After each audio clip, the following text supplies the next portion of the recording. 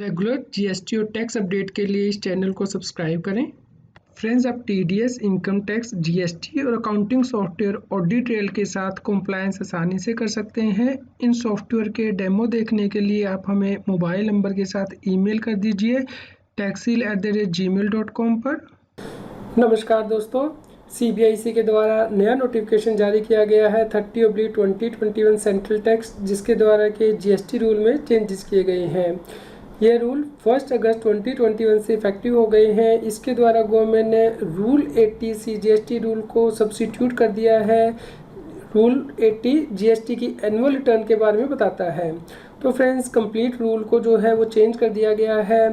अब उसी रजिस्टर्ड व्यक्ति को जीएसटी की एनुअल रिटर्न फाइल करनी है जो कि सेकंड प्रोविजन के अंतर्गत कवर नहीं है सेक्शन 44 की, या जो इनपुट सर्विस डिस्ट्रीब्यूटर नहीं है, या फिर जो सेक्शन 51 या 52 के अंतर्गत टैक्स नहीं पे कर रहा है, या जो नॉन रेजिडेंट टैक्सेबल पर्सन या कैजुअल टैक्सेबल पर्सन नहीं है।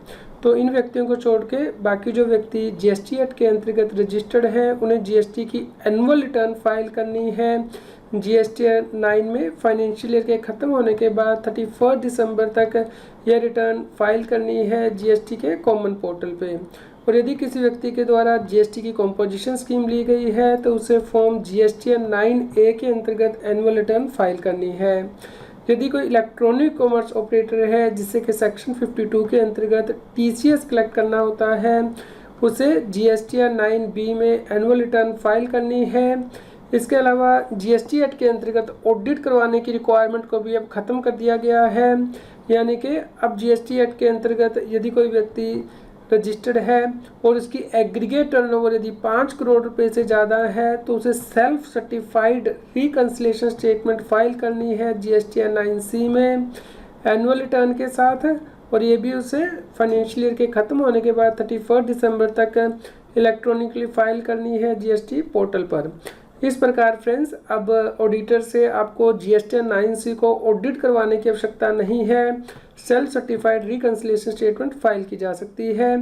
तो फ्रेंड्स, यहाँ पे जो वर्डिंग डाली गई है वो है other than those covered in section 44 second provision, यानी कि इन व्यक्तियों को ना तो जीएसटी 9 फाइल करने की आवश्यकता है और ना ही जीएसटी 9C। तो जो व्यक्ति कवर्ड है सेक्शन 44 की सेकंड प्रोविजन में उन्हें डिस्कस कर लेते हैं। फ्रेंड्स, यदि आप सेक्शन 44 देखते हैं जीएसटी एक्ट का तो वो एनुअल रिटर्न के बारे में बात करता है। और यहाँ पे जो सेकंड प्रोविज़न दी गई है उसमें बताया गया है provided further that nothing contained in this section shall apply to any department of the central government और स्टेट गवर्नमेंट और local authority whose books of accounts are subject to audit by the controller and auditor general of India or an auditor appointed for auditing the accounts of local authority under any law for the timing in force। इस प्रकार central government, state government, local authority को ना तो GST act के अंतर्गत annual return यानी कि GST 9 file करने की आवश्यकता है और ना ही जीएसटी 9C यानी कि रिकन्सिलेशन स्टेटमेंट फाइल करने की आवश्यकता है। इसके अलावा जीएसटी 9 यानी कि एनुअल रिटर्न के जो फॉर्मेट है उसमें भी चेंजेस किए गए हैं। जो इंस्ट्रक्शन दी गई थी पैराग्राफ नंबर 4 में, जहाँ पे वर्ड 1920 फाइनेंशियल ईयर दिए गए थे, वहाँ पे अब फाइनेंशियल ईयर 2021 भी इंसर्ट कर दिए गए हैं।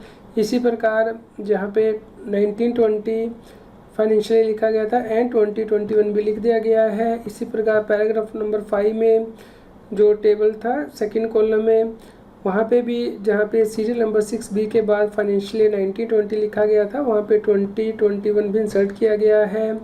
इसी प्रकार सीरियल नंबर 6C और 6D में फाइनेंशियल ईयर 2021 इंसर्ट किए गए हैं। इसी प्रकार serial number 7A, 7B to 7H तक जहाँ पे फाइनेंशियल ईयर 80, 90, 1920 दिए गए थे वहाँ पे अब 2021 भी सब्स्टिट्यूट किया गया है।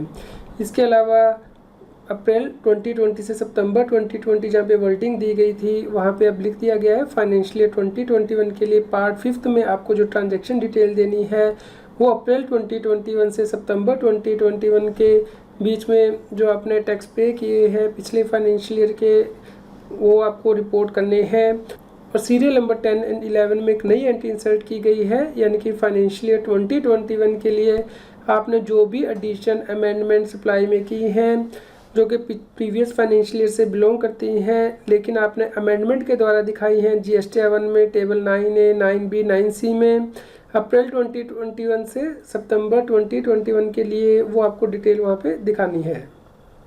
तो फ्रेंड्स ये है GSTN 9 का पॉइंट नंबर 10 एंड 11, जहाँ पे कि आप अमेंडमेंट दिखाते हैं, यानी कि पिछले साल की जो ट्रांजैक्शन है वो आपने अगले साल रिपोर्ट की हैं तो वो आपको यहाँ पे दिखानी होती हैं। इस प्रकार फाइनेंशियल ईयर 2021 की ट्रांजैक्शन यदि आपने अप्रैल 21 से सितंबर 21 की GST 1 में दिखाई है अमेंडमेंट में, तो वो आपको यहाँ पे डिक्लेयर करनी है। यदि आपने कोई इनपुट एसकेडी लिया है फाइनेंशियल ईयर 2021 में और वो आपने नेक्स्ट फाइनेंशियल ईयर में रिवर्स किया है अप्रैल 21 से सितंबर 21 में, तो वो आपको पॉइंट नंबर 12 के अंतर्गत दिखाना है। इसके लिए आप GST 3B के टेबल 4B में जो वैल्यू फिल की हैं उन्हें रेफर कर सकते हैं। फ्रेंड्स ये है GST 9 का पॉइंट नंबर 12, यानी कि reversal of ITC availed during the previous financial year. तो आपने यदि फाइनेंशियल ईयर 2021 का इनपुट टैक्स क्रेडिट 21-22 में अप्रैल से सितंबर 21 में रिवर्स किया है तो आपको यहाँ पे पॉइंट नंबर 12 के अंतर्गत दिखाना है। यदि आपने फाइनेंशियल ईयर 2021 में गुड्स और सर्विस रिसीव कर ली थी लेकिन उनका इनपुट टैक्स क्रेडिट अप्रैल 21 से सितंबर 21 में अवेल किया है तो उसे आपको पॉइंट नंबर 13 के अंतर्गत दिखाना है GST 9 में। इसके लिए आप GST 3B के टेबल 4A को रेफ़र कर सकते हैं। लेकिन यदि आपने फाइनेंशियल ईयर 2021 में सप्लायर को पेमेंट नहीं की थी 180 डेज़ में, इसकी वजह से आपने ITC रिवर्स किया था और उसे अपने रीक्लेम किया है फाइनेंशियल ईयर 21-22 में, तो उसका इनपुट टैक्स क्रेडिट आपको फाइनेंशियल ईयर 21-22 में ही दिखाना है। तो फ्रेंड्स ये है GST 9 का point number 13, ITC avail for the previous financial year, यानी कि फाइनेंशियल ईयर 2021 का ITC जो आपने अप्रैल से सितंबर 21 में लिया है वो आपको यहाँ पे शो करना है। इसी प्रकार GST 9C यानी कि जो रिकन्सिलेशन स्टेटमेंट फाइल करनी है उसमें भी अमेंडमेंट की गई है, क्योंकि अब चार्टर अकाउंटेंट से आपको सर्टिफाई करवाने की आवश्यकता नहीं है। इसलिए जहाँ पे वर्डिंग लिखी गई थी auditor recommendation on additional liability due to non reconciliation, वहाँ पे वर्ड डाल दिया गया है additional liability due to non reconciliation. इस प्रकार अब टैक्स पेयर को सेल्फ सर्टिफाई करके ही GST 9C को फाइल करना है और यदि उसमें कोई एडिशनल लायबिलिटी है तो उसे पे करना है। इसके साथ ही गवर्नमेंट के द्वारा notification number 31/2021 central tax issue किया गया है, जिसके द्वारा कि बताया गया है कि यदि किसी रजिस्टर्ड व्यक्ति की एग्रीगेट टर्नओवर फाइनेंशियल ईयर 2021 में 2 करोड़ रुपए तक है तो उसे GST की एनुअल रिटर्न फाइनेंशियल ईयर 2021 के लिए फाइल करने की आवश्यकता नहीं है। इस प्रकार एक बहुत बड़ा रिलीफ टैक्स पेयर को दिया गया है।